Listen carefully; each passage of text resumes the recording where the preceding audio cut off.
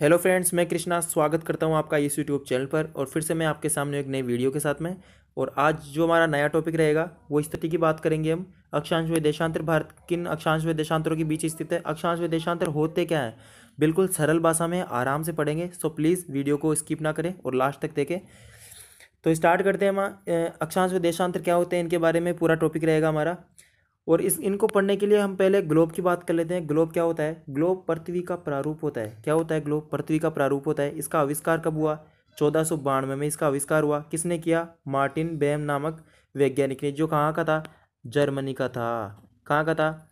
वो जर्मनी का था। क्या नाम था? मार्टिन बेम। कब किया? 1492 के अंदर किया। आगे चलते हैं थोड़ा सा। अब ये ग्लोब हमने स्कूलों में भी देखी होगी, इसको स्कूल में भी देखे होंगे, कभी ऑफिस में पड़ी रहती है। तो इस ग्लोब में क्या होता है कि दो प्रकार की लाइनें होती है। क्या होती है? दो प्रकार की लाइनें होती है। कौन कौन सी होती है?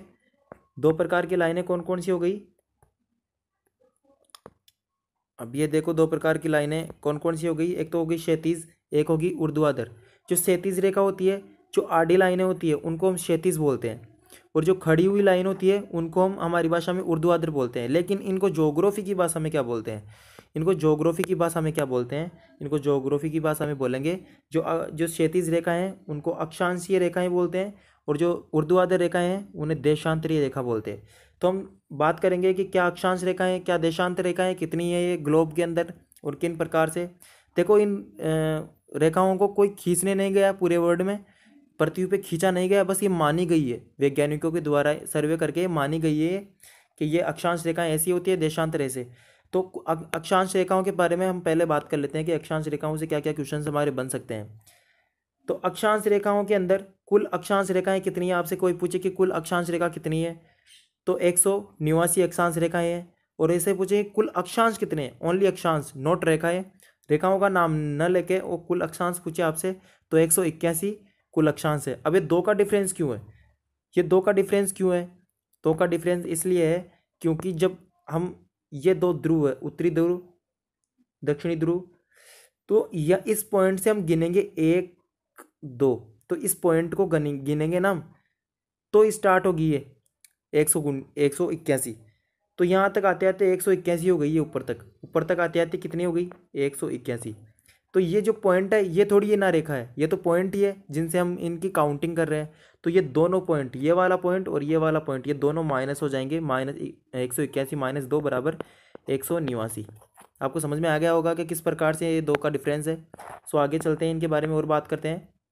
आगे इसमें लिखा है कि कटिबंध या जोन किसे कहते हैं? कटिबंध या जोन के बोलते हैं अक्षांश रेखाओं के बीच में जो खाली भाग होता है। जैसे ये खाली भाग है, दिख रहा होगा आपको, इसको कटिबंध या जोन के नाम से जाना जाता है, खाली भाग को। तो क्वेश्चन में आपको पूछ भी सकते हैं, तो ध्यान रखिएगा, कटिबंध या जोन क्या होता है। इसको जोन भी बोलते हैं, कटिबंध भी बोलते हैं। अक्षांश रेखाओं के बीच में जो खाली जगह होती है, उनके दो रेखाओं के दो अक्षांश रेखाओं के बीच की जो खाली जगह है उसको क्या बोलते हैं? जोन बोलते हैं। और ये पूर्ण वृत्त बनाती है, पूर्ण वृत्त। अब पूर्ण वृत्त कैसे बनाती है, एक मिनट देखते हैं हम। पूर्ण वृत्त इसलिए बनाती है कि ये घूम के ऐसे आ गई, ये घूम के ऊपर गई, ये घूम के ऐसे घूमेगी, चारों तरफ ही तो है, ये गोल है। तो भाई अगर हम एक सेव को लेंगे तो उसके चारों तरफ ही तो है उसके कवर। तो इस प्रकार से ये पूर्ण वृत्त बनाती है रेखा, ऐसे ऐसे। और हम बात करते हैं हम देशांतर रेखाओं के, क्या क्या इसमें फैक्ट बन सकते हैं देशांतर रेखाओं के बारे में। तो आपने देखा होगा ये किस प्रकार से देशांतर रेखाएं, ये फिक्स खरबूजे टाइप, जैसे खरबूजा हम खाते हैं ना, खरबूजा उस टाइप की रहती है ऐसे, मतलब घूम घूम के। और ये अर्धवर्त बनाती है। क्या बनाती है? अर्धवर्त बनाती है। ये यहाँ से उत्तरी ध्रुव से दक्षिणी ध्रुव तक आके खत्म हो जाती है, ये ऊपर से वापस से स्टार्ट नहीं होती, इसलिए ये अर्धवर्त बनाती है, इतना ध्यान रखना है। और ये टोटल कितनी है? 180 प्लस 180 कितनी? 360। 180 प्लस, इसका मतलब क्या हुआ? ये 0 डिग्री, ये जो देशांतर, जो हमें समय, वो संविधान रेखा है हमारी, तो इससे स्टार्ट हुई है। और इनकी दोनों की डिग्री के बीच, मतलब 1 डिग्री के में डिफरेंस कितना है? एक का।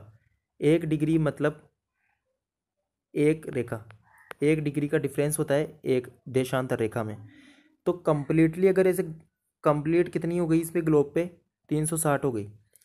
और इनके बीच का जो क्षेत्र होता है, देशांतर रेखाओं के बीच के क्षेत्र को क्या बोलते हैं? तो देशांतर से रेखाओं के बीच के क्षेत्र को गोरो बोलते हैं, GORO, गोरो बोलते हैं ज्योग्राफी के अंदर, और ये अर्धवृत्त बनाती है। और सबसे इम्पोर्टेंट बात क्या है, सबसे इम्पोर्टेंट बात यह है कि एक देशांतर को पार करने में सूर्य को 4 मिनट लगती है। इसका मतलब क्या हुआ, एक रेखा को पार करने में सूर्य को 4 मिनट लगती है। तो इसका मतलब क्या हुआ भाई, 1 डिग्री बराबर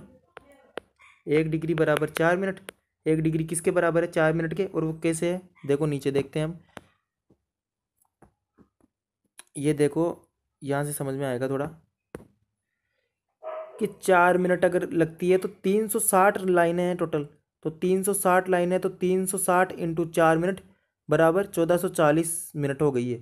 तो 1440 मिनट अगर लग रही है, 1440 मिनट अगर हमें लग रही है इस पूरे 360 लाइनों को क्रॉस करने में, 1440 मिनट सूर्य को लग रही है इंटू 4, तो बराबर कितने आए, 1440। अब 1 घंटे में कितनी मिनटें होती है, 1 घंटे में मिनट होती है 60। तो हम 60 से अगर इसको सोल्व करते हैं तो 0 से 0 गया, 3 2 से गया 72, और ये आ गए 24। समझ में आया 24 कैसे आया, 400, एक मिनट दोबारा से बताता हूँ मैं, 440, 60 का अगर भाग दोगे तो ये 24 बार गया, तो बराबर 24 घंटे। एक दिन में रात में कितने घंटे हो गए, 24। तो इस प्रकार से इन देशांतरों को काटने में, एक रेखा को पार करने में 4 मिनट सूरज को लगती है। सूर्य को कितनी टाइम लगता है, 4 मिनट। तो 4 मिनट तो 360 अगर देशांतरों को ये पार करता है तो 24 घंटे हो गए। तो हम नेक्स्ट स्लाइड में और भी समझ में आ जाएगा हमें। तो चलते हैं नेक्स्ट स्लाइड में, क्या है नेक्स्ट स्लाइड में, अब भारत की बात करते हैं हम। ये देखिए, अब हम बात करेंगे भारत के संदर्भ में। भारत के संदर्भ में पहले अक्षांश की बात कर लेते हैं, वो तो कुछ डिटेल थी थोड़ी सी ग्लोब के बारे में। अब हम बात करते हैं अक्षांश के, पहले अक्षांश को देखते हैं भारत के संदर्भ में। तो अक्षांश रेखाओं के हिसाब से भारत कहाँ स्थित है, उत्तरी गोलार्ध में। उत्तरी गोलार्ध में ही है भारत स्थित। ऐसे होगा, ये 0 डिग्री भूमध्य रेखा, और ये यहाँ भारत पड़ता है, तो उत्तरी गोलार्ध में हो गया। अगर इसके नीचे होता तो दक्षिणी गोलार्ध में कहलाता। तो उत्तरी गोलार्ध में भारत स्थित है। तो उत्तरी गोलार्ध में किन अक्षांशों के बीच स्थित है, तो उत्तरी अक्षांश में 8 डिग्री 4 मिनट से 37 डिग्री 6 मिनट, 8 डिग्री 4 मिनट से 37 डिग्री 6 मिनट पर भारत स्थित है अक्षांशों में। तो 8 डिग्री उत्तरी अक्षांश से 37 डिग्री उत्तरी अक्षांशों के मध्य, जो कैसे है अभी हम डायग्राम में देखेंगे, वहाँ और भी अच्छे से समझ में आएगा। तो ये 8 डिग्री 4 मिनट है, वहाँ कौन, जो नीचे ही नीचे दक्षिण की बात करें तो नीचे ही नीचे कौन सी जगह है, तमिलनाडु में। 8 डिग्री 4 मिनट कौन सी जगह आती है, तमिलनाडु में है, केप केमोरिन। केप केमोरिन कहाँ पड़ता है, कन्याकुमारी में। आपको ध्यान रखना है, यह भारत का मुख्य भूमि का दक्षिणतम पॉइंट है। दक्षिणतम क्या है, ये दक्षिणतम पॉइंट है। मुख्य भूमि का दक्षिणतम पॉइंट कौन सा है भारत का, केप केमोरिन। कहाँ है, कन्याकुमारी में। कन्याकुमारी कहाँ है, तमिलनाडु में। तो आपको ध्यान रखना है ये चीज़ कि दक्षिणतम पॉइंट कौन सा है, केप केमोरिन में। और वहाँ अक्षांशीय विस्तार कौन सा है, 8 डिग्री 4 मिनट से स्टार्ट होती है भारत की मुख्य भूमि, और कहाँ तक चलती है, 37 डिग्री 6 मिनट तक। और 37 डिग्री 6 मिनट कहाँ है, जम्मू कश्मीर में पड़ता है, जो उत्तरीतम बिंदु है भारत का, जिसे बोलते हैं इंदिरा कोल। क्या बोलते हैं, इंदिरा कोल, जो POK पाक ऑक्युपाइड पर कश्मीर के अंदर स्थित है, जो पाकिस्तान ने पाकिस्तान अधिकृत है ना, ये जो एरिया जो कश्मीर का पाकिस्तान ने घेर रखा है, जिस एरिया को, उस एरिया के अंदर ये 37 डिग्री 6 मिनट का अक्षांश होता है। इंदिरा कोल कहाँ है, उत्तरीतम बिंदु है, कहाँ है, POK में है। तो भारत का उत्तरीतम बिंदु क्या कौन सा है, इंदिरा कोल, आपको पता होना चाहिए। अगर क्वेश्चन आपके सामने आता है, कि भारत का दक्षिणतम बिंदु कौन सा है, मुख्य भूमि ना लगाकर अगर वो पूछता है कि भारत का दक्षिणतम बिंदु कौन सा है, तो कौन सा आएगा, इंदिरा बिंदु आएगा, इंदिरा पॉइंट आएगा। इंदिरा पॉइंट कहाँ है, ग्रेट निकोबार में। जो निकोबार है, निकोबार भी पढ़ेंगे हम जब ज्योग्राफी स्टार्ट करेंगे। और या फिर मैं एक ऐसे टॉपिक ले आऊँगा आपके लिए, अंडमान निकोबार के संदर्भ में जितने भी क्वेश्चन हो सकते हैं उनको देख लेंगे। तो ग्रेट निकोबार, जो नीचे निकोबार की लास्ट वाली भूमि है, वहाँ इंदिरा बिंदु है, या इंदिरा पॉइंट इसे बोलते हैं। तो भारत का दक्षिणतम बिंदु अगर ऑप्शन या क्वेश्चन हमारे पास ऐसे आता है कि भारत का दक्षिणतम बिंदु कौन सा है, तो इंदिरा पॉइंट या इंदिरा बिंदु। और अगर आता है कि मुख्य भूमि का दक्षिणतम पॉइंट कौन सा है, तो केप कैमोरिन, जो कन्याकुमारी में, तमिलनाडु में। तो ये था 8 4 37 से। अभी हम देखेंगे आगे कि 37 डिग्री 6 मिनट कैसे है और 8 डिग्री 4 मिनट कैसे है। अक्षांशों में उतारेंगे हमारे भारत के नक्शे को और फिर चेक करेंगे। तो अब बात कर लें थोड़ी सी देशांतरों के बारे में। तो देशांतरों के हिसाब से भारत कहाँ स्थित है? देशांतरों के हिसाब से भारत है पूर्वी गोलार्ध में। भाई ये 0 डिग्री संवेदन रेखा, यही तो है हमारी देशांतर रेखा 0 डिग्री। तो भारत इस जगह स्थित है। तो ये कौन सा गोलार्ध आया? पूर्वी तो आया। ये रेखा, 1 मिनट दोबारा से बताता हूँ मैं। ऐसे है, सपोज दैट कि पृथ्वी ऐसे है हमारी, तो ये 0 डिग्री। तो ये भाग तो हो गया पश्चिमी और ये भाग हो गया कौन सा? पूर्वी। तो पूर्वी गोलार्ध में भारत है देशांतरों के संदर्भ में। तो अब हम बात करते हैं कि क्या देशांतर रहे हैं। 78 डिग्री 7 मिनट से स्टार्ट होता है। कौन सी जगह 78 डिग्री 7 मिनट? गुजरात के अंदर है, राजहरी कोट। और उसका अभी का नाम क्या है? गोहर माता। गोहर माता या मोती भी बोलते हैं इसे। गोहर माता एक जगह का नाम है, गुजरात के अंदर है, जो उसका पुराना नाम राजहरी क्रीक है। राजहर क्रीक है उसका पुराना नाम। और ये पश्चिमतम बिंदु है गोहर माता। भारत का पश्चिमतम बिंदु गोहर माता है, आपको याद रखना है। तो 68 डिग्री 7 मिनट से स्टार्ट होके कहाँ तक चलता है? 97 डिग्री 25 मिनट। और ये 97 डिग्री 25 मिनट भारत में कौन सी जगह बनता है? अरुणाचल प्रदेश का हिस्सा है। कौन सा? किबिथु। किबिथु नामक की जगह है एक, किबिथु नामक की जगह है। और यह है अंजो जिला, एक जिले का नाम है अरुणाचल प्रदेश में। वहाँ एक जगह है, कौन सी? किबिथु। किबिथु भारत का पूर्वीतम बिंदु है, इसका ध्यान रखना। किबिथु कौन सा है? पूर्वीतम बिंदु है। और ये कौन सा है? गोहर माता पश्चिमतम बिंदु है, पश्चिमतम बिंदु है। तो आपको ध्यान रखना है। अभी हम देखेंगे मैप में, चलेंगे हम सीधा। अब ये समझ में आया आपको? नहीं आया तो अभी मैप देख लेते हैं एक बार। ये देखिए, अब समझ में आ जाएगा। अब हम पहले बात कर लेते हैं अक्षांश, किन अक्षांशों के बीच स्थित है। ग्लोब पे बात करते हैं। तो ये पृथ्वी का क्या है? केंद्र। तो केंद्र से डिग्री अगर हम देखते हैं तो एक डिग्री लगभग इधर से 2 3 4 5 6 7 8, तो ये 8 लगभग यहाँ से गुजरेगी, तब भारत का दक्षिणतम बिंदु आएगा। तो दक्षिणतम बिंदु कौन सा था? दक्षिणतम बिंदु केप कैमोरिन, हमने पढ़ा था केप कैमोरिन, जो कहाँ कहाँ से कहाँ तक था? 8 डिग्री 4 मिनट उत्तरी अक्षांशों के मध्य। तो 8 डिग्री 4 मिनट पे दक्षिणतम बिंदु था भारत का केप कैमोरिन। और हम बात करते हैं उत्तरीतम बिंदु की, तो पड़ता है देखो इस टाइप से 37 डिग्री 6 मिनट। 37 डिग्री हो जाती है अगर ये 0 डिग्री से अगर हम डिग्री गिनेंगे। जैसे ये 90 डिग्री का एंगल हमें दिख ही रहा है साफ ही, तो अगर 90 डिग्री का एंगल है तो इस प्रकार से 37 डिग्री कहाँ आएगी? ये यहाँ पीओके के एरिया में, जो पाकिस्तान ऑक्युपाइड कश्मीर है, वहाँ इंदिरा इंदिरा कोल, जो जगह का नाम है इंदिरा कोल, वहाँ पड़ेगी 37 डिग्री 6 मिनट। अब दूसरा क्वेश्चन बनता है कि इनका अंतर क्या है? अक्षांशीय अंतर, भारत का अक्षांशीय अंतर कितना है? तो अक्षांशीय अंतर देख लो आप, 37 डिग्री 8 मिनट, 37 डिग्री 6 में से 8 डिग्री 4 घटा दो तो लगभग 29 डिग्री, और 6 में से 4 गए 2 मिनट सॉरी। तो 29 डिग्री 2 मिनट उत्तरी अक्षांश में हमारा अंतर है। अक्षांशीय अंतर कितना आ गया? भारत का अक्षांशीय अंतर है 29 डिग्री 2 मिनट। अब बात करते हैं देशांतरीय अंतर की। तो देशांतरीय पहले देख लेते हैं हम, जो ये यहाँ से गुजरती है 68 डिग्री की लाइन। तो 68 डिग्री देशांतर गुजरता है भारत के पश्चिमी छोर से। और कौन सी जगह थी वो? गोहर माता। कौन सी थी? गुहार माता। गोहर माता जगह का नाम है, जो पड़ता है 68 डिग्री 7 मिनट से। तो 68 डिग्री 7 मिनट गोहर माता, और ये देशांतर से स्टार्ट होके और पूर्वी देशांतर तक चलती है 97 डिग्री 25 मिनट तक। तो 97 डिग्री 25 मिनट पर कौन सा स्थान है? तो वो स्थान है अरुणाचल प्रदेश का कौन सा? किबिथु। किबिथु किबिथु किबिथु कौन सी जगह है? अरुणाचल प्रदेश में। तो आपको ध्यान रखना है। तो अब इसका अंतर देखते हैं, कितना अंतर हुआ इसमें। इसमें 97 में से अगर 68 घटाते हैं तो भी 29 बचता है, 29 डिग्री। और मिनट में से घटाते हैं तो 25 में से 7 मिनट गई तो 18 मिनट हो गई। तो मिनट का साइन देखो ऐसे होता है साइन, और डिग्री का साइन ये तो आपको पता होना चाहिए ये।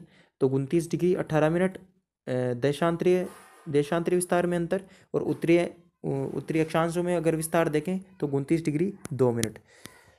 आगे चलते हैं हम, अब चेक करते हैं समय मानक रेखा को। तो समय मानक रेखा के थोड़ा सा देख लेते हैं इसको भी। भारत की समय मानक रेखा 82.5 डिग्री देशांतर कौन सी है? 82.5 डिग्री पूर्वी देशांतर, जो कहाँ से होके गुजरती है ये देख रहे होगे आप मैप पे, ये डायग्राम मैंने बनाया आपके लिए। तो जो समय रेखा है 5 राज्यों से गुजरती है भारत की समय रेखा। किन किन से गुजरती है वो भी हम बात करेंगे मैप पे भी। और पहले हम बात कर लेते हैं जो 0 डिग्री है, जो 0 डिग्री देशांतर थी यही था ग्रीनविच रेखा जिसे बोलते हैं, लंदन से होकर गुजरती है। तो ये 0 डिग्री से और भारत की 82 डिग्री के बीच में कितना अंतर है समय का? समय मानक रेखा है ना ये, तो कितना अंतर है? 5 घंटे 30 मिनट का अंतर है। तो ये आपको पता होना चाहिए कितना, 5 घंटे 30 मिनट का अंतर है 0 डिग्री देशांतर या 0 डिग्री जो समय रेखा है उससे, और 82.5 डिग्री के बीच में भारत की समय रेखा से और 0 डिग्री समय रेखा पर कितना अंतर है? 5 घंटे 30 मिनट का। और हम आगे चलते हैं, तो अब बात कर लेते हैं हम पहले हम बात करते हैं, देखो 1 डिग्री 4 मिनट बराबर होती है कैसे? 360 देशांतर होते हैं, ठीक है, 360 देशांतर होते हैं तो बराबर कितने 24 घंटों में होते हैं? 24 घंटे लगते हैं सूरज को। पहले हमने बताया था कि 360 इंटू 4, एक देशांतर को निकालने में 4 मिनट लग रही है ना सूरज को, तो टोटल 24 घंटे आए थे बराबर में, 1440 मिनट ऐसे कुछ आया था। तो उसको सोल्व करने पर कितने आए थे? 24 घंटे। तो 24 घंटे 360 अभी निकाल लेते हैं। 360 बराबर किसके है?